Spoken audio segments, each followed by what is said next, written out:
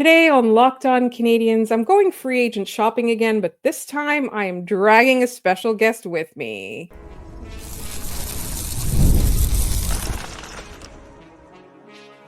You're Locked On Canadiens, your daily podcast on the Montreal Canadiens, part of the Locked On Podcast Network, your team every day.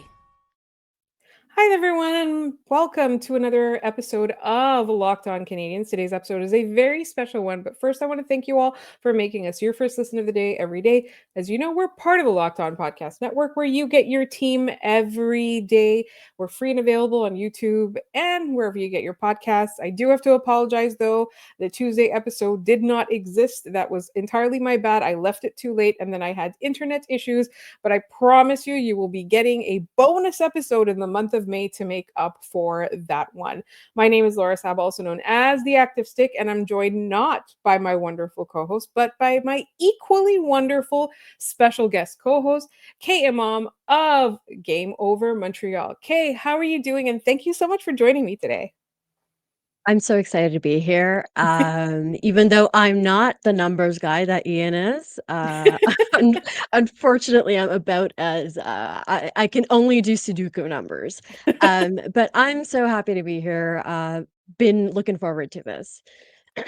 I honestly, like, you are part of obviously the Locked On Canadians extended universe. You are a good friend of the show. We absolutely love being on your show as well. Unfortunately, the Montreal Canadiens are not currently playing, but all throughout the season, most episodes you can catch Kay covering the games. I was going to say Gay covering the games. That's how tired we are today, folks. All right, so you can catch Game Over Montreal after the games, and Game Over Network has all kinds of fun content. So check them out. Any teams that are still playing, they've also got a new podcast called Clearing the Benches. Definitely get into the Game Over Network because they platform someone as fun, intelligent, and lovely as Kay. All right. The first thing I wanted to talk about was what's on everybody's minds. We're going to talk about free agents that may or may not be available, and may not is a big key there. And then later on, we're going to talk about what we think the Montreal Canadiens should do with those two picks in the first round that they've got, number 16 and 17.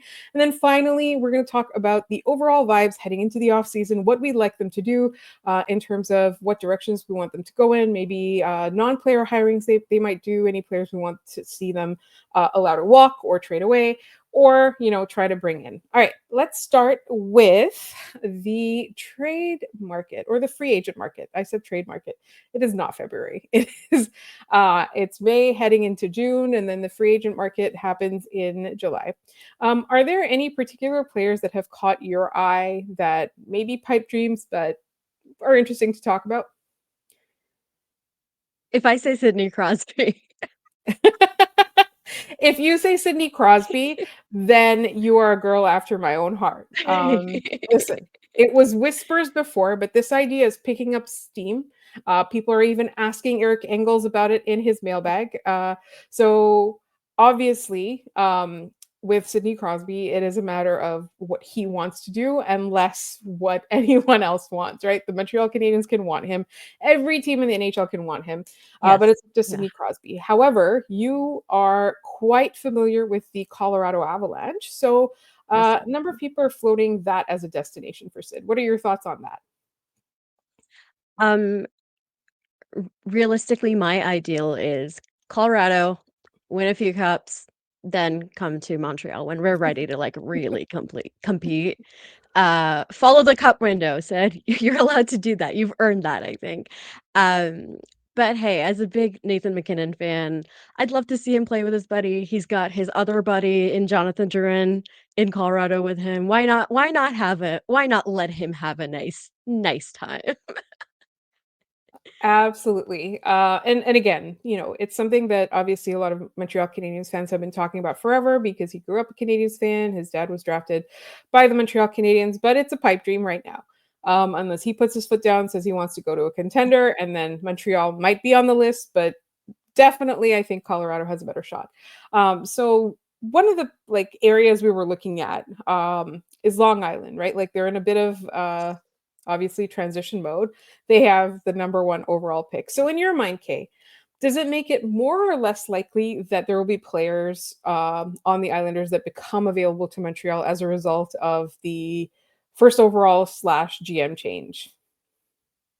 Um, I can see an older player, and you know where I'm going with this. There's several players I think on the Islanders that we could want, but I think realistically an older player is where we would have most success because think about it. We as the Habs wouldn't want to trade a young player away right now or a younger veteran even away right now because we are building. We're a little further ahead, but we're building. Um, but an older guy like let's say Bull Horvat, maybe I think that it's more realistic to go for an older player. Yeah, and the thing is, like, he's older. Like, he's certainly older than Noah Dobson, which is the one that we covet the most, and he's older than Matt Barzal. But he's probably the one that the Islanders are most willing to part with, or would be most willing to part with. And here's the thing: he does fill a need on the Montreal Canadiens. That's definitely on there, right? And I do think that he would be a good fit. And the key thing here, though, is whether or not there would be any salary retention involved, even if it's just a little bit. He's signed for Yeah, so long that I don't know how the a long time, yeah. negotiations would go. And I think I don't know if Ian floated this or maybe even I did. I have no idea. But we talked about like a three-way trade where like somebody else takes some cap space for some assets, takes some of the cap hit for some assets, which Montreal has done in the past. So it's definitely one of those. There's a couple of people though that I think are like a long shot. Like yesterday, I talked about the idea of Gabe Vilardi. Yeah. I don't know if Montreal has what it takes to get him, but I certainly think it's interesting that the Winnipeg Jets are up against the cap. Mhm, mhm. I I think that's where the Habs can really take advantage because there's a lot of cap space that we have. Um, to kind of go back to Bo Horvat for a second, I understand the worry about the age factor, but I think it's okay when you have a player like Bo Horvat who plays smart. You don't necessarily need him to. He is big, which should satisfy a lot of people who've been clamoring for a big, big 2C, but he is bigger and he's smart. So I think that's where a player ages gracefully. Um, but to go back to the Jets, listen, I am I think Kent Hughes would be silly not to try to go after that. I think this is the point where the Habs are at, where they need to throw everything at the wall, see what they can get. Because who knows, maybe somebody will be captivated by Kent's shiny bald head and give him something they weren't gonna give anybody else. So I watched the rebuild recently, like, and I Yeah. talked about it in our last episode. And there was this point where Jeff Borton talks about how everyone thought he and Ken Hughes were friends, and he was like, "No, it's just this guy that calls me all the time and annoys me." Right? Essentially, that way. I don't think he said the words annoying, but he did imply it. Right? So, like in my mind, I'm like, Kent Hughes, this is your cue to be annoying. Just annoy the crap out of Go for it. everybody in the league, and somebody will give you something just to make you go away. Just to get you off, just to be like, "I don't wanna pick up calls anymore, man." Never, yeah, exactly. Like, never underestimate the power of being annoying. Okay, so I'm gonna throw out two names that I saw floating around in the last couple of days in relation to the Habs. Two guys that are about to be free agents. One of them is Matt Duchene, um, who I think is well past his prime.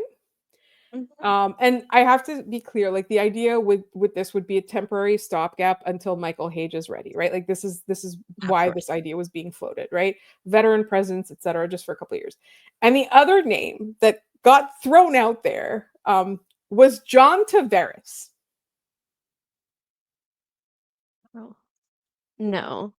I don't know how this is something that we I think we talked about this. It's a little too early into the off season to be on this level of what can we write about? John Tavares is not I don't even think he's leaving Toronto, to be honest. I think he's gonna do what it takes to stay there. And he's especially not coming to Montreal. I don't love it. Matt Duchene is as established, I am also an Avs fan, so I'm sure you can guess my feelings about Matt Duchene. At this point, it's practically a bit of of booing him. Um, I'm just not interested in either of those players. I think they're both well past their prime. Um, and I know we're doing stopgaps, but a stopgap doesn't mean that it's somebody. Listen, we wanna give him a fighting chance. Yes. This and I don't necessarily know if that's John Tavares. Uh, I I've said all I can say about how as politely as I can say that I do not want this. Okay, so then I'm gonna throw out a troll pick right now, which would be really funny, Uh, is what if the Montreal Canadiens went after Matthew Nyes? Absolutely hilarious. That would be so good. But I think something that I think personally will be funnier is when the Leafs give him a contract that is so much higher than he probably deserves. And everybody then he becomes the shift. If Mitch Marner is traded this or not signed again, then Matthew Nyes can be a larger, tougher Mitch Matthews, Mitch Marner. Freudian slip there. All right, I feel like we've done enough shopping. I do want to talk about the two picks that Montreal has, and we're going to get into that right up next. If you're looking for a snack that's both delicious and nutritious, crack into a good source of protein with Wonderful Pistachios. Wonderful Pistachios is one of the highest protein nuts. Each 1 ounce serving has 6 grams of protein, giving you over 10% of your daily value. Plus, they're packed with fiber and better for you unsaturated fats to help keep you feeling fuller longer. Personally, I love the no shells variety because it's so easy. It's the perfect grab and go snack for busy days, whether I'm snacking at my desk, on a road trip, or I just need a quick protein boost, they're always my go to. But if you love cracking open every shell for that satisfying crunch and maybe making little towers on your desk with them, the in shell options are also a classic favorite. Whether you're running between meetings or dropping off the kids, Wonderful Pistachios are the snack that works as hard as you do. So get snacking and get cracking with a snack that packs a protein punch. Visit wonderfulpistachios.com to learn more. All right. Before I go any further, I wanted to ask KK, have you heard of our contest that we're running on the show? You mean the beautiful picture of the beautiful Josh Anderson? Yes, that. Which I unfortunately cannot Also, rig. it was autographed, by the way, autographed, not just a picture. Yes, so my co-host Ian has a lot of Habs memorabilia that he likes to give away, and a couple of the things that he will be giving away are a signed picture of Josh Anderson and a signed picture of Arbor Xhekaj. This is a YouTube contest, so it is open to our YouTube subscribers. So all you got to do is make sure you're subscribed to Locked On Canadians on YouTube, and then leave a comment saying contest entry, and you just need to do it once. Once we hit 4,500 subscribers, we'll do a draw for Josh Anderson, and then once we hit 5,000, we will do a draw for Arbor Xhekaj. And we are keeping all of the names. So if you put contest entry in a comment, we're keeping all of you in a Google sheet. So we will then be able to draw from those names. So you got to make sure you are subscribed. But unfortunately, I cannot rig it so that you get it, even though I am tempted to do that. I was not able to also rig it, so I got it. Like Ian said, that we have to be fair. We got to do a fair Ugh. draw. And now everyone's going to demand a recount if you end up winning it organically. I'll um, listen, I'll submit to it.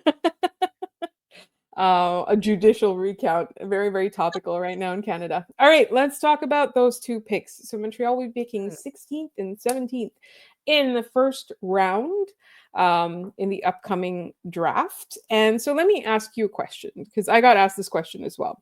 What are the chances that the Canadians will pick with one or both of those picks when their turn comes around? I have a bold take. I have a bold prediction, actually. I Go for think it.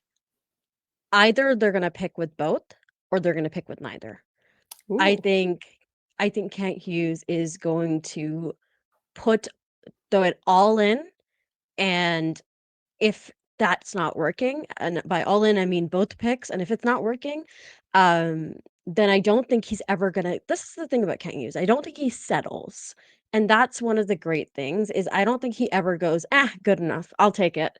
I think if he's not happy with the deal, he's not taking it. So that's what I hope to see.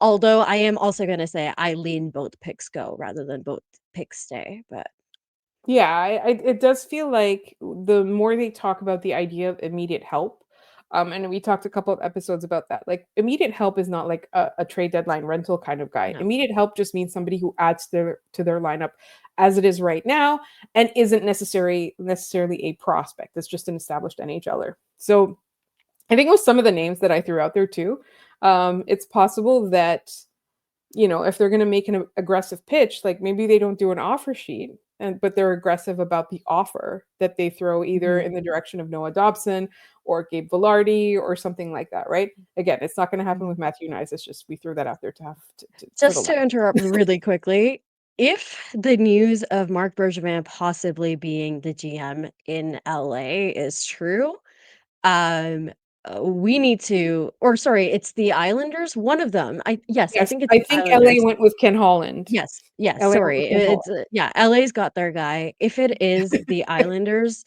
we gotta try real hard. That guy loves his guys. I can think of a few pieces that we have that Mark Bergevin would be tempted by because he's predictable in that way. Yeah. Some random like number 4 defenseman, and then like maybe a third liner who is quite large. Like that works too. I think like those are the guys. Third or fourth liner. He loves those third or fourth liners.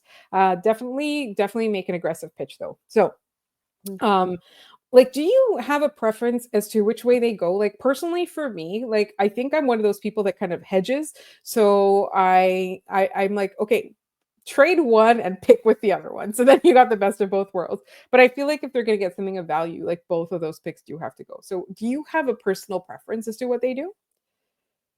Um, I would like to see them trade these picks because I think if fingers crossed, if everything goes according to plan, this is the last time that they're gonna pick even I was gonna say this high, but even then it's not or low, whichever way we wanna say it. I think because of the unexpected run, it's not even there, but I hope that this team uh, moves further up and the picks get worse and worse, or the draft position gets worse and worse. Um, so I would hope that they take advantage of this opportunity in front of them.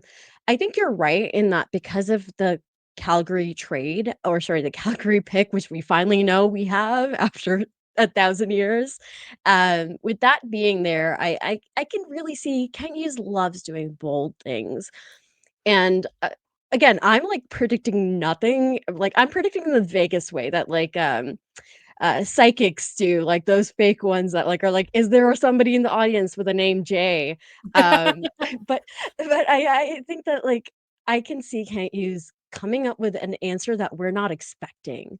I have that feeling that we're gonna get something that we are not expecting at all, and everybody's gonna be like, "Wow, Kent, you rock." Went Hughes, I guess. Yeah, and I think what's really interesting is that the last couple of years, like the way that they pick in the draft has kind of been predicted and leaked a little bit, right? When Mm. they took Slavkovsky, yes, it was pretty close to drafting time when we found out about that, or when like people had done enough reporting to kind of figure out that Ivan Demidov was going to fall to number 5.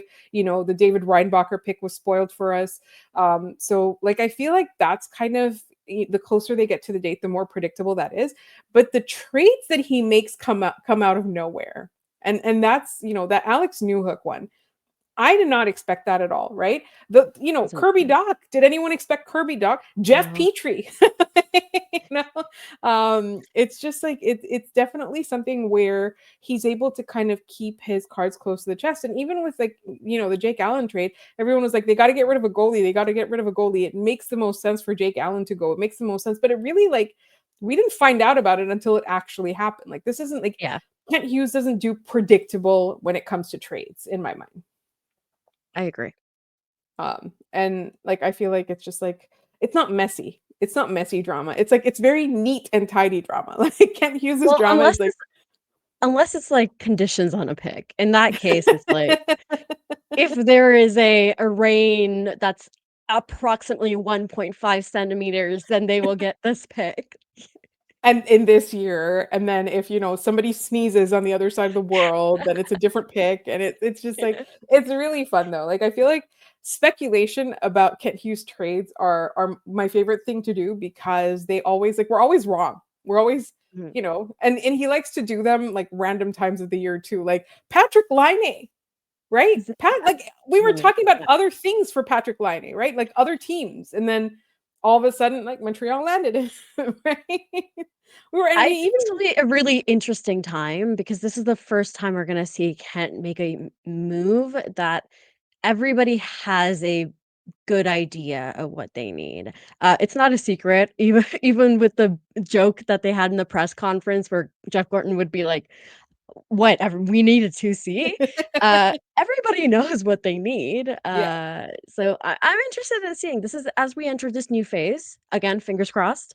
I'm so excited. We'll talk about that later, but I'm so excited. Well, we'll talk about that actually in just literally just one moment here on Locked On Canadians. The vibes are immaculate as always. Yeah.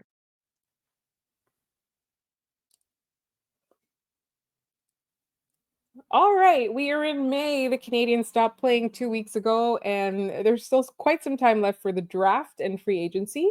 But I am here with Kay Imam of Game Over Montreal, and we're kind of talking about the vibes heading into the offseason. So you said you're excited. I too am quite excited.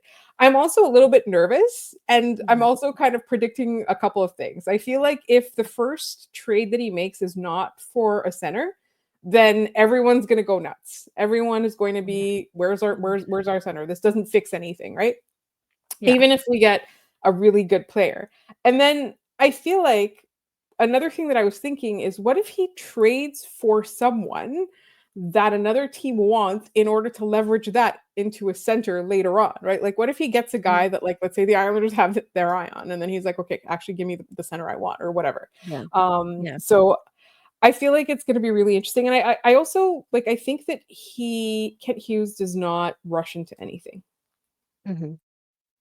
Yeah, So I think that that's the big thing. I think the fear has been, I don't want them to think they're closer than they are. And I think this is something that everybody said is I really don't want them to make any moves uh that a team further ahead in their timeline should make. And that's why the press conference was so encouraging. 'Cause it seems they were so honest and clear about they don't think in fact, I would say they underplayed a little bit the progress that the team made, which yeah, I appreciate because I think it's, like, setting the team up for, success rather than, "Here's an expectation." If they don't I think they have internal expectations, but I appreciate that they are very clear about, "Hey, we're not there yet." yeah. Um 'Cause I don't wanna be a hashtag the rebuild is over, um, It's not. a It's la not. a la Ottawa Senators, I don't want our, front office thinking that, and it's really reassuring that I sincerely don't think they think that. Yeah. Yeah, yeah, I think it's like, when is the rebuild over? The rebuild is not over when you make the playoffs. The rebuild is over when you contend for a Stanley Cup, right? agreed. And it could take a few tries, as we know with the Colorado Avalanche, who, like, I'm so jealous of you that that's another team that you get to watch, right? Like, they're so good. Yeah, I know what happened this playoffs, but that's going to happen to the Canadians too when they're good. It's just like watching that team just be relentlessly good is just, it's incredible. And that's what I want from the Canadians, right? Like, yes, it's going to yes. take them so many tries. Like, so many teams get really good and never win a Stanley Cup. Sometimes they Mhm, can't even get past the second round, right? Like, you think about how long it took the Ovechkin Capitals to win a Stanley Cup mhm, after so many years. It was so many years of near misses. And they were also in the position like the Canadians, where it was like, oh, they're young and exciting, but they still need this and they still need that, and then they still need this. And then they got all of that and they still couldn't get past the Penguins, right? So I think that the way that the team approaches it is really, like, as you said, Jeff Gordon mentioned, like, there's not a place in our lineup we don't want to improve upon, right? I think that's really mhm. healthy. But I also think that part of the rebuild is also making the playoffs and winning or losing in the first round, right? Like, Yeah, yeah, it's still rebuild mode. It's never, I feel like the way we should look at it is, like, the moves that they make shouldn't be win now moves. The moves that they make mhm. should be win more moves, Yeah, right? yeah, yeah, Um, And that's why I get kind of not discouraged, but like I get kind of I feel like we get lost in a lot of stuff where we say like, oh, we need one tough guy for the playoffs. No, they're not there yet. They need all of the other skill guys first, and then they can just figure out who to insert that's tough, or whatever, bring up Florian Jack or Mhm. whatever it is, right? Whatever the solution We for have that tough plenty in the juniors. We have some stuff cooking there. yeah. Tyler Thorpe, Owen Protz, like Yeah. if those guys ever make the NHL, watch out. Yeah. Yeah. um Is it Luke Tuck, I think? yes. Uh, there's plenty, like, to love about this team. Uh, Frankly, I think that's the thing I miss more than, even seeing this team play hockey, is seeing this group play hockey. I think that's the one, like, thing that I'm sad about, is we're never gonna see this exact group play together again. I think there's something really special about this group in the, defying expectations, being so young, first year that they got to keep their friends at the trade deadline. It's so special, and, we're not gonna get that again, but I'm glad that this team got to experience that. I'm glad that they got to feel like they gave David Savard a few extra games. I think that meant a lot to them, and man, I love these guys. I love this team. Laura, I love this team. I do too. Like the vibes are so good. And I think, what and this is something that I've always been afraid of is like, one day they bring in a guy to replace all these guys and that guy is like, doesn't is not the kind of guy that plays for everyone else in the room, right? Like we already know that with David Savard gone, the old guy they're going to play for is Brendan Gallagher. But Brendan Gallagher is like I think 32 years old. He's not that old. So he's still got some juice in him hopefully. So Yeah. one day they will win the cup with him in the lineup and Nick Suzuki will hand it to him as the the veteran old dude. But I feel like there's just something about, like you said, there's something about the vibes that come, like the excitement that that top line feels when they help each other score goals, right? Like the way Mhm. they welcomed Ivan Demidov, right? The way everyone is always happy for somebody who's slumping when they get a goal. Like when Christian Dvorak in the second half of the season had that resurgence, like how everyone was Went behind off. that. The way that Yeah. like they kept talking about how Josh Henderson, like his renaissance with like the new role that he had with the penalty kill in the third line, and the way everyone kept talking about how great his penalty killing is, like that like it was just so cute, and so Yeah. I feel like if they're a team that continues on this trajectory, you're going to see a lot less of the what happened in Toronto with the sitting out for contracts and the me above the team. And again, like I think that I'm usually on the side of the players, like go ahead and get paid, but I do think that cap mismanagement is a problem. So when you allow the players to kind of when you don't have a good enough vision, I think this is the thing. When you don't have a good enough vision for the players to buy into and a plan that they can Mhm. believe in, that's when they're going to be like, I want all kinds of money, right? And again, they're so talented and they're worth it. And I'm always pro worker no matter what. I just feel like if you want to manage your cap properly, you got to sell a vision. Like, why do you think that Nick Suzuki and Uri Slavkovsky and Cole Caufield, like right now, those contracts, they're expensive, but Nick Suzuki already looks like a steal, and Cole Caufield, like 37 goals, that's not nothing. And Uri Slavkovsky, like this is going to be one of the top lines in the NHL for a long time, right? The best Yeah. coaches have said it. The best analysts have said it, and lots of fans kind of have to admit to us that yes, that it is. you know. Yeah, yeah, yeah. It's just I think the fact that we've got our top line like locked up for what seemed like, and I think is a very good bet on Slav. Nick Suzuki has already lived up to that contract and more. I genuinely think that his contract is very underrated. Cole's just Cole, man. Cole's just so fun. It feels like he just loves playing hockey and he loves his teammates. I feel like he just be a fun such a fun guy, but that's a separate conversation. I think the fact that we have those guys you can afford to overpay, I think is a that's relative. By overpay, I mean maybe pay someone on the higher end of their market value, not more, but in the higher end, and you can live with that because Yeah. you've managed your cap well. I'm not I'm not gonna, I hope the Habs don't count, every single penny with Lane Hudson, and eventually when it comes time, Ivan Demidov. So I think there's you got the success basis, like the foundation. The foundation is so strong. I think that's what I feel coming out of the season. We got a really good foundation, and I'm really happy about that. Yeah, absolutely. So, if I ask you what's the one thing you're anticipating most between now and puck drop for the preseason, what's the thing you're most excited about? Most excited about? Um, I'm excited to see what they do this summer. I'm excited to see what this team looks like when it comes back.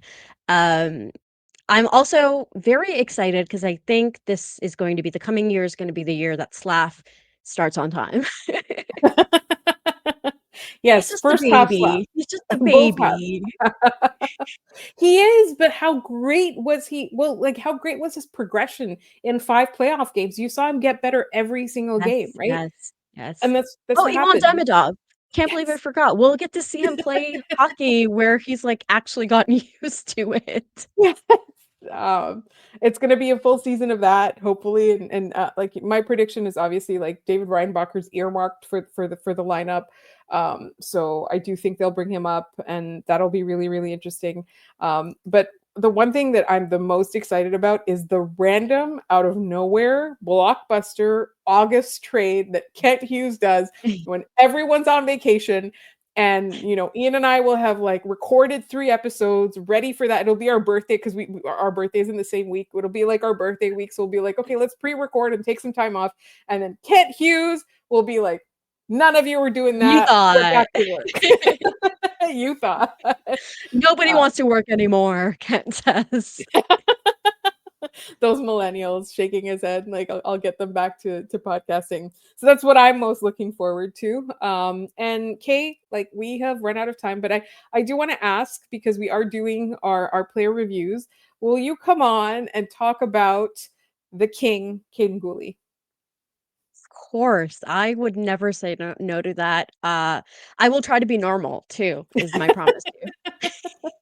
You don't even have to be. I feel like it's Caden Gooley. We're Well, allowed. You're maybe we got Ghoulie Nation going. Yeah, and you're the president of it. So Kate, tell people where they can find you if they want more of the good stuff. So on Blue Sky, you can find me at Line Composition. On Twitter, you can find me at K_IMW. You can always, or during the season, find me on Game Over Montreal. But I have some ideas for things I could be doing this off season. So be sure to follow me, keep up with my content. And sometimes I'm silly and sometimes I am angry on the social medias, but mostly I'm normal. And I have to say, you are one of my favorite people that I've met through doing this podcast. Truly, truly. I'm not just saying that. Funny, smart, really engaging. I'm so, so glad that you had time for us today, especially since I'm exhausted and you propped up the show. I really, really appreciate that Of so much. course. Awesome. So if you want to find us, you will find us all over social media. We are Locked On Canadians on TikTok, Locked On Canadians on Blue Sky, Locked On Canadians on Instagram, Locked On Canadians at Gmail. Also, we have a very special guest coming up for our mailbag episode this Friday. Very like hints, Laval Rocket. So mailbag/Laval Rocket/eats crazy crazy things, crazy disgusting things, food stunts is so if you miss him, make sure that you send us mailbag questions and you tune into the Friday episode, and Ian will be back for that as well, and also make sure you're subscribed to this podcast wherever you get your podcasts, as well as on YouTube. Thank you so much for listening. I will be back tomorrow.